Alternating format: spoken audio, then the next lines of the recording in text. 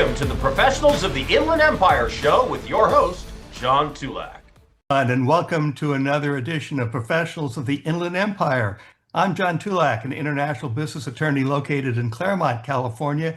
I have the privilege of being the host of this podcast, which is designed to do two things. One is to call attention to our terrific and very experienced professionals that exist, work, and live in the Inland Empire and are available to provide their professional services to you, and also to call attention to the economic growth and development of the Inland Empire. Because as you, the business person, are doing your business and you're interacting with our professionals, that contributes to the overall health and well-being of our economy, the Inland Empire. So that's why PI, Professionals of the Inland Empire, exists, to call attention to really good people that you should know about in a variety of different fields. And today, I'm happy to have with me a couple of people who are real experts in their field. First is Tom Pirick, who is with Lee & Associates. He is a commercial real estate guy, and he knows everything that goes on from warehouses to office buildings in the Inland Empire, including things that you would probably never guess existed. And we also have Bob Bergen, who I've known since high school, believe it or not, and we won't get into just how far back in time that goes. But Bob is with Merit Financial Advisors, and he's a real guru on some really interesting ways to avoid having to pay Uncle Sam too much money when you sell that great commercial building or office space or other thing that is appreciated in value. So gentlemen, welcome to PI. It's good to have you with us today. Great to be here, John.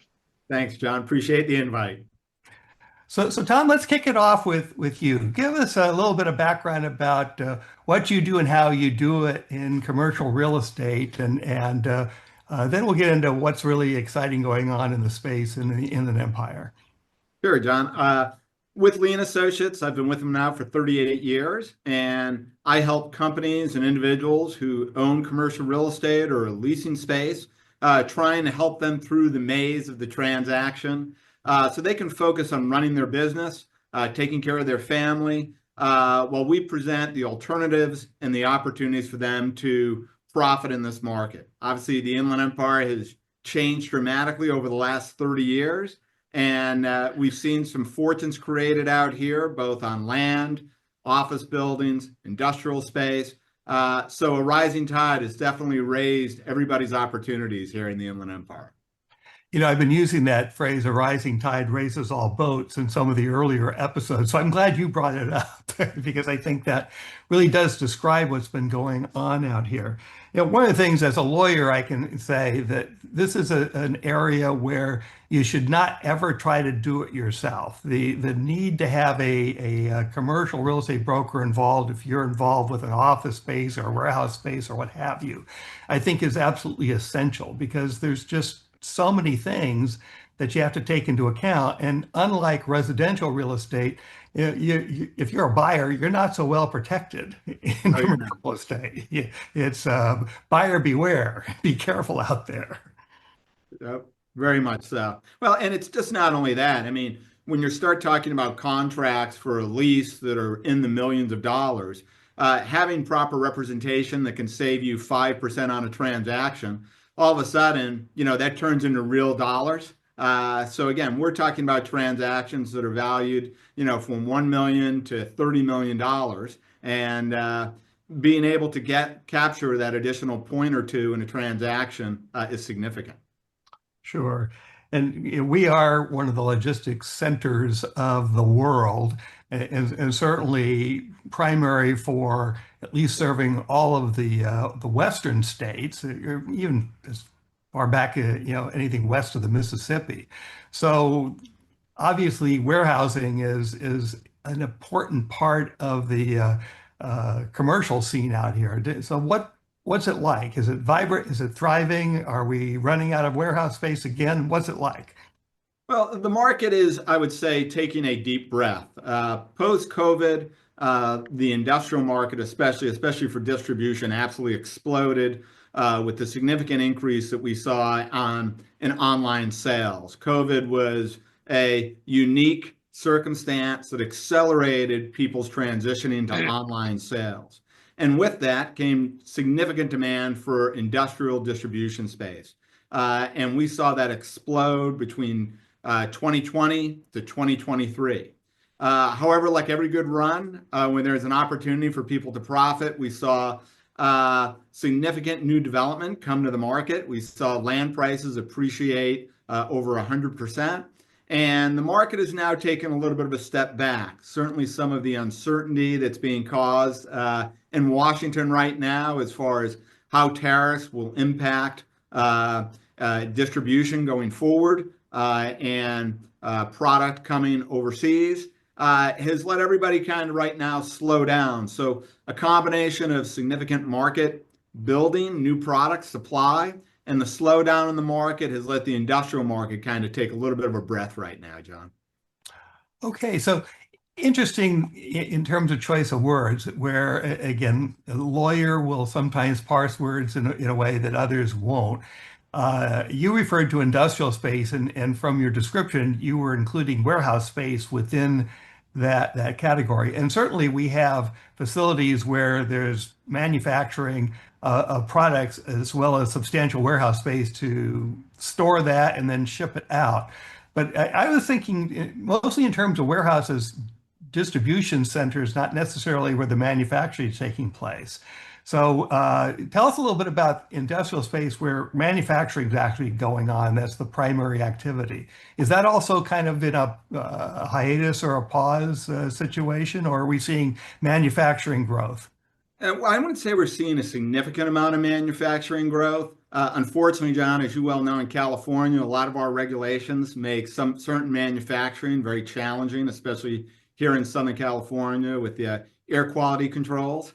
And we've seen a lot of our manufacturing that was here kind of move further east to Arizona and other markets. However, we definitely are seeing more people doing assembly be brought into as different products is being brought into Southern California and then assembled here to be moved on elsewhere. So there definitely is still some manufacturing. We're seeing some movement towards assembly. And overall, the market, like I said, it's still a very strong market. The prices right now, though, have flattened. In some areas, we're seeing a little bit of a give back. But when you saw pricing increase by 100% over the prior 3 to 4 years, rolling prices back maybe 10% doesn't seem like much of a discount for those people looking for product or space right now.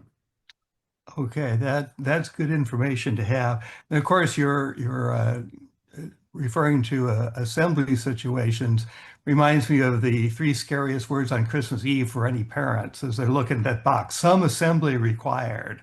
Uh, it can be a long few hours. Yeah. Christmas Eve to get something put together. But yeah, I'm thinking also about the smaller type mom and pop manufacturers. So they're in smaller spaces. They're oftentimes providing key products that are locally distributed, not nationally distributed. How's that space looking? We continue to see, strong growth by the entrepreneurial business owners here in the Inland Empire. Again, that's one thing that's so unique about this region that people don't realize is so many of the smaller, I hate to even call them mom and pops because these are very successful, very profitable businesses that they're running where they are producing a niche product, whether it's something that's defense related or some other function with it that we take for granted. That somebody has built a very profitable business. So we continue to see that growth. And I think we'll continue to see more growth in that sector as we do see some companies looking to bring more of their manufacturing back to the States to remove some of the uncertainty caused by the tariffs. And I think that'll benefit this region significantly moving forward. One would hope so, anyhow. And I would encourage, as I've been doing, certainly if you have connections with our government agencies, whether they're city or county in the IE, be promoting the idea of let's be proactive in attracting that kind of business into the Inland Empire. So last question, Tom, on this is, real estate is all about location, location, location, right? So, Barstow is not San Bernardino, not Ontario. Are you seeing regional differences that are substantially important as we look at the vastness of Riverside and San Bernardino County, or is this pretty much as you've described across the board? I'd say it's pretty much across the board. Obviously, the values in Barstow aren't as significant as they are in Ontario, but we've certainly seen price increases in that same market. There's a billion-dollar investment that's being completed up in the Barstow area for an intermodal train yard, which is going to have significant benefits to that region. So the entire region is benefiting, and I think part of that, John, is our population growth continues to move further eastward. So where Ontario was once kind of the eastern portion of the Inland Empire, that now goes all the way out to Beaumont and Banning, and that has ripple effects on retail, on medical office, on traditional office space, because now the commute times for a lot of those people who live further east are being extended even further. So there's really an opportunity for companies to come into the Inland Empire and take advantage of people who are, quite frankly, just tired of sitting on the freeway. The tolls that we see, whether it's on the 10 freeway or the 91 freeway, are significant. And there's a real opportunity for companies to save money out here with the available labor we have. One of the things that had on an earlier episode was some discussion about public transportation in the IE and where it's lacking. Yeah, that's certainly an area where I think we could see some dramatic improvement. What do you think? Will our fast train to Las Vegas help? It'll help us get to Vegas faster. I'm not sure it's going to help anybody commuting to work, though, So for those who want to get out of town, bet on the train, but for the other direction, maybe not so much. Okay, so thank you, Tom. That really helps give a nice overview for what's going on. And if you're a buyer looking to come in the Inland Empire, you better do your homework. And there's no better way to do that than to have a professional with you right at the very beginning to take you through. Don't go there. You consider looking over here. And if you're a seller, especially if you've held onto that property for a while and you're looking at a nice big capital gains tax, then Tom's first one to tell you that okay, don't talk to me anymore. You need to go talk to a guy like Bob Bergen. So now it's Bob's turn to star. So Bob, tell us who you are and what you do and how you do it. Thank you, John. So Bob Bergen, wealth manager with Merit Financial Advisors. We specialize in really tax mitigation, especially as it might relate to selling a piece of highly appreciated real estate. Something that I share with John that, again, we've known each other forever. He is the father of 3 daughters, and I'm the father of 4 daughters. So you got some girl dads looking at you. So that's one more thing that has brought us together. I was originally a CPA, was with one of the big 8 firms at the time. So apologies in advance. I'm a total tax geek or code head, depending upon what you want to say. But what that does for you is that when it does come to selling that highly appreciated piece of real estate, you can do it and pay 0 capital gains tax. And I know that sounds too good to be true, but rest assured it's not. This is based on a strategy that was added to the Internal Revenue Code in 1969. So it's tried and true and has been around a long, long time. I found the best way to explain how this works is through a case study.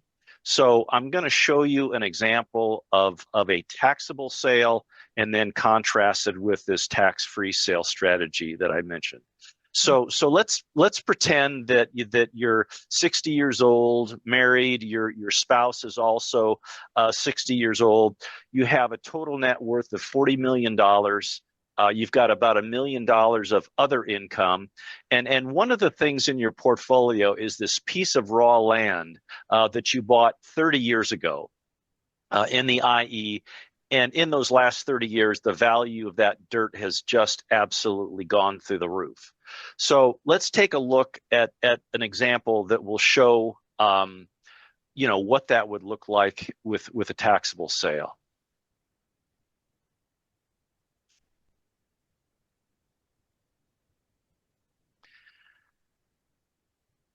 So first off, let's start talking about what the tax landscape looks like. In the state of California, if you're selling a piece of real estate, Uncle Sam has his hand in your pockets. So I'm looking at 3 different capital gains rates here. I'll start in the middle. So the capital gain component of this sale, we've got 20% federal, we've got an Obamacare tax, and then there's a state income tax. So the total tax hit on just the capital gain is 37%. I'm providing these 2 other tax rates as they would possibly apply to other types of real estate sales. So if it was depreciable property and you took straight line depreciation, that depreciation is subject to what's called recapture, and that component is taxed at 42%. And then even worse possibly, if you used accelerated depreciation on that property, that accelerated component is taxed at a whopping 54%. But just to keep this example simple, I'm saying it's just raw land, so we're just going to be focusing on that middle column. So when you go to sell this property taxably, what's it going to look like? Oops. So let's pretend that this $10 million piece of property that you bought 30 years ago, you paid $250,000 for it. So you're going to have a gain of $9.75 million. At that 37% tax rate that we talked about, you're going to be writing a check to Uncle Sam for $3.6 million. That's going to leave you with $6.4 million after tax to live off of.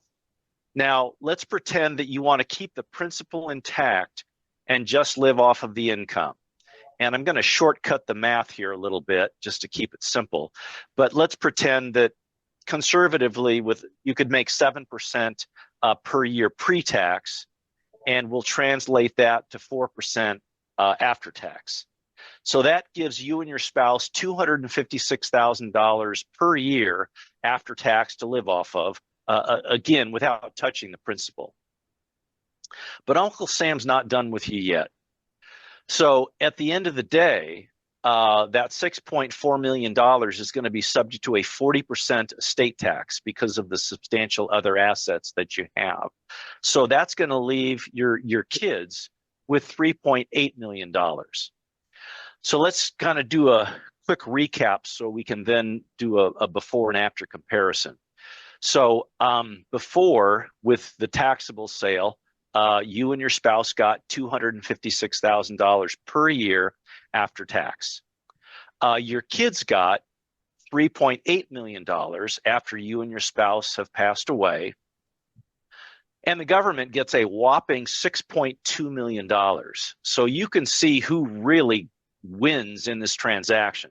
And it's not you and your family. So let's look at a way to sell this property tax-free. So the way it would work is you'd meet with your estate planning attorney.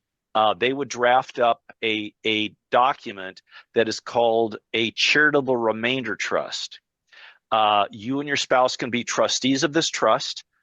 Every transaction this size, I've never known anyone that wants to give up the control of negotiating the deal or investing the funds afterwards. So this way, you're still in complete control of those things. You would then transfer the property from your personal names into your names as trustees of this charitable remainder trust. You would engage someone like Tom to go ahead and market and sell the property. And then once the property is sold, you have $10 million in this trust. Because this trust is a tax-exempt entity, there is zero tax to pay on the sale. So if we could go ahead then and invest that same money in this hypothetical 7% portfolio, after tax, again, shortcutting the math to 4%, that gives you and your spouse $400,000 per year after tax. So you are ahead substantially. But if you're watching this podcast, you've been around the block enough times to know there's no such thing as a free lunch. Bob, why is this sale tax-free? Well, the clue might be in the name, Charitable Remainder Trust. because whatever is in this trust after you and your spouse have passed away will go to a charity or charities that you've selected. Now, it's at this point of the conversation that about 30% of the listeners get this very serious look on their face, and then they light up and they say, let me get this straight. I can stick it to the government to the tune of $6.2 million and disinherit my kids. Where do I sign up? And I'm sure if you're not that person, people like this. But about 70% say, you know what, Bob, I really do hate paying taxes, but I don't hate my kids. So what can we do? So in that case, you would again meet with your same estate planning attorney, and they would draft a new document, separate document from the charitable remainder trust. It would be an irrevocable trust, sometimes referred to as a wealth replacement trust. Now, you and your spouse cannot be trustees of this trust because we want to keep this trust outside of your taxable estates. So once that trust was drafted, each year you and your spouse would make a cash gift to that trust. And based on your ages here, that $45,000 per year could buy a life insurance policy for $3.8 million. Okay, this would be referred to as a survivorship policy. So it doesn't pay anything off until you've both passed away. This policy is fully guaranteed, not dependent upon the stock market, interest rates, just means you have to pay the premium each year, and that death benefit is fully guaranteed the rest of your life. So I deliberately picked this $3.8 million number because I wanted the kids to be ambivalent about this transaction. So let's take a look to see what the after looks like. So with the charitable remainder trust sale, selling tax-free, you and your spouse have $355,000 per year after tax, after gifts. So practically a full $100,000 per year more. The kids are getting the same $3.8 million. As I mentioned before, I want to keep that apples to apples. So the kids are the same in either case. They're ambivalent as to what you do. So the government sadly gets nothing at the end of the day. So cry me a river. And then some charity or charities that you've selected is going to get $10 million. Now, I have to step in and say this transaction is not for everybody. If you want the money, if you want that $6.4 million of principal to do whatever you want with, this is not for you. However, if you want the income from the money, the use of the money, it makes all the sense in the world to have someone like me run the numbers to see if this makes economic sense. So this is kind of where things are at the end of the day. I want to show you one more perspective. Think of this as a snapshot. But here's what the cash flow looks like over your 31-year life expectancy. At least that's what the actuaries say for two 60-year-olds. So you'll notice one thing. I mean, the red is the taxable sale with little stacks of money, and the blue is the tax-free sale with bigger stacks of money. But Bob, what's going on with those first 3 years? So conceptually, there's two pieces to this trust. A piece you keep, which is the income the rest of your life, and a piece you give away, which is what the charity gets after both you and your spouse have passed away. So even though the charity's not going to see anything for 30 or so years, you get a charitable contribution deduction up front when you fund this trust. Now, this deduction is, I'm going to give a actuarial term, it's based on the present value of the remainder interest of this trust. Now, you're limited as to how much you can deduct each year, up to 30% of your adjusted gross income, but whatever you don't use up in year one, you can carry forward for up to 5 years. So in this example, it was fully utilized in the first 3 years. So I've been motor mouthing for way too long. John, Tom, what kind of questions do you have? Well, first, this is clearly a better strategy than the Steve Miller take the money and run proposition.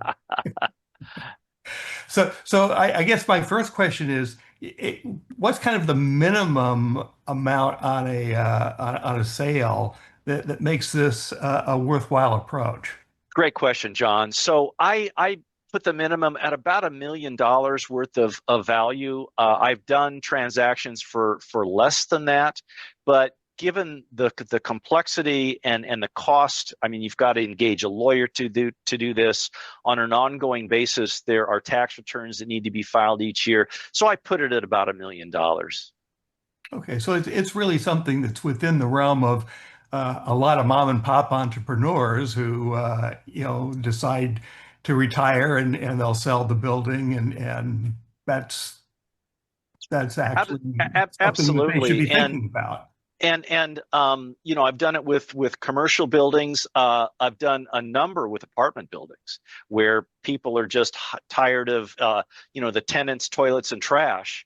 And this is a great way to sell those fully depreciated apartment buildings and pay zero tax. Especially since there aren't that many apartment units that come on the market where you can do a like-kind exchange, which is how often, I mean, that's been kind of the preferential way of getting out of one property into the other without taking the tax hit. But when there's nobody else putting something out there for you to swap with, it doesn't work. Right, right. But so Tom, we got this nice explanation. The only thing we didn't get was the steak dinner that was free that goes along with it. That's right. That's right. Yeah.